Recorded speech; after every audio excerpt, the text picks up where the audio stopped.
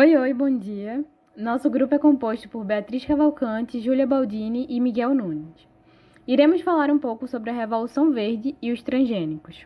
Criada durante uma conferência em Washington por William Gould, a expressão Revolução Verde refere-se a um programa de inovações tecnológicas no setor da agricultura, com o objetivo de aumentar a produtividade por meio de modificação em sementes, fertilização do solo, utilização de agrotóxicos e mecanização no campo.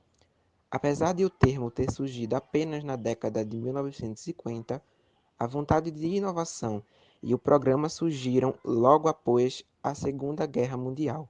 Devido aos avanços e conhecimentos tecnológicos da época, pesquisadores de países industrializados pretendiam aumentar a produção de alimentos, dizimando assim a fome nos países subdesenvolvidos através de um conjunto de tecnologias inovadoras. A Revolução Verde no Brasil aconteceu durante a ditadura militar entre as décadas de 1960 e 1970 e permitiu que o país desenvolvesse tecnologia própria em universidades, centros de pesquisas, agências governamentais e instituições privadas.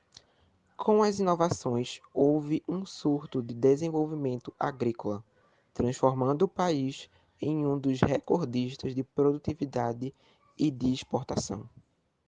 A principal vantagem trazida pela Revolução Verde foi o ganho de eficácia na produção agrícola, que resultou ao aumento de produtividade em diversas lavouras, com destaque para os cereais e para os grãos, como a soja e o milho. Por intermédio do melhoramento genético e do desenvolvimento de fertilizantes e técnicas de preparo do solo, foi possível adaptar os cultivos a condições climáticas e solos diversos, como o caso da soja no Cerrado. Somou-se a isso o avanço nas pesquisas e no incremento tecnológico, que foi proporcionado pelos trabalhos derivados da Revolução Verde. Entre as desvantagens desse processo, houve a expulsão de pequenos proprietários e trabalhadores rurais do campo. Isso se deu, em primeiro lugar, pelo aumento dos custos relativos para a produção devido à concorrência com grandes proprietários e empresas. Além do que, os insumos utilizados no preparo do solo e na manutenção das culturas, como fertilizantes e agrotóxicos, eles podem ser extremamente prejudiciais à saúde humana. Em se tratando do meio ambiente, o emprego desses elementos ele pode ocasionar a poluição dos solos, e sem contar que a intensificação do uso do solo e o monocultor podem levar ao esgotamento de nutrientes e danos à sua estrutura.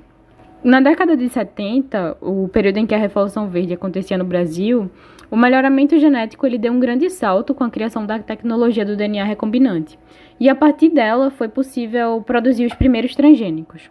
Mas afinal, o que são transgênicos? Transgênico é sinônimo para a expressão organismo geneticamente modificado, ou seja, todo organismo que teve mudanças no seu DNA, feitas em laboratório.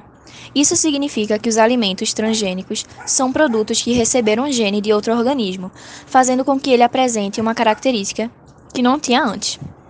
Para criar um transgênico, os pesquisadores selecionam um gene que contém as características de interesse de uma espécie e a transferem para outra, para alterar ou potencializar uma particularidade. Como, por exemplo, ao receber um ou mais genes de outro organismo, um vegetal pode se tornar resistente a pragas ou mais nutritivo. Segundo dados de um relatório de 2018 do Serviço Internacional para Aquisição de Aplicações de Agrobiotecnologia, o Brasil está em segundo lugar quando o assunto é plantação de transgênicos no mundo. São 50,2 milhões de hectares de culturas transgênicas, o que representa 26% de todo o cultivo global. Todo esse espaço é ocupado pela cultura de soja, milho, algodão e recentemente a cana-de-açúcar. Os três primeiros são insumos muito utilizados na produção de diversos produtos que encontramos no mercado, como óleo de cozinha, leite de soja, margarina, massas, biscoitos e cereais. Como vimos, os alimentos transgênicos eles são aqueles produzidos por meio de um processo de modificação genética, que visa melhorar a qualidade da safra e aumentar a produção e a resistência às pragas.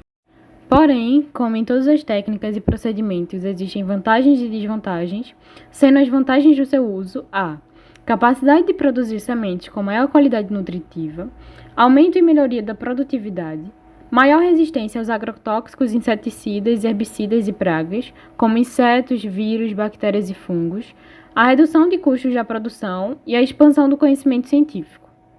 Já as desvantagens são a possibilidade do desenvolvimento de problemas de saúde, como reações alérgicas, podem causar também doenças como câncer ou serem venenosas para humanos, a perda de biodiversidade, incentivam o aparecimento de pragas mais resistentes e a ocorrência de poluição do solo, da água e do ar.